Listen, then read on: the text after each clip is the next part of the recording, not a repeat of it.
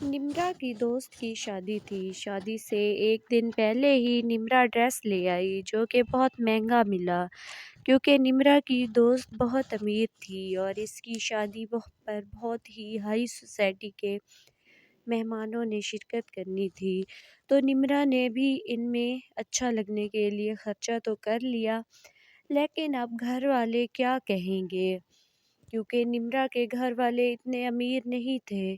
ان کے گھر کا گزر بسر بڑی مشکل سے ہوتا تھا، ان کے لیے مہنگے کپڑے خریدنا بہت بڑی بات تھی۔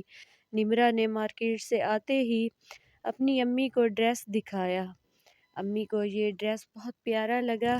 اس ڈریس کی قیمت سن کر بہت پریشان بھی ہوئی اور پھر اپنی بیٹی کی خوشی میں خوش ہو گئی۔ اگلے دن نمرا شادی کے لیے تیار ہوئی تو وہ اس ڈریس میں شہزادی لگ رہی تھی۔ وہ شادی والے گھر گئی تو اس کی دوست ابھی پارلر پر تیار ہونے کے لیے گئی ہوئی تھی۔ نمرا اس کے علاوہ وہ یہاں کسی کو نہیں جانتی تھی۔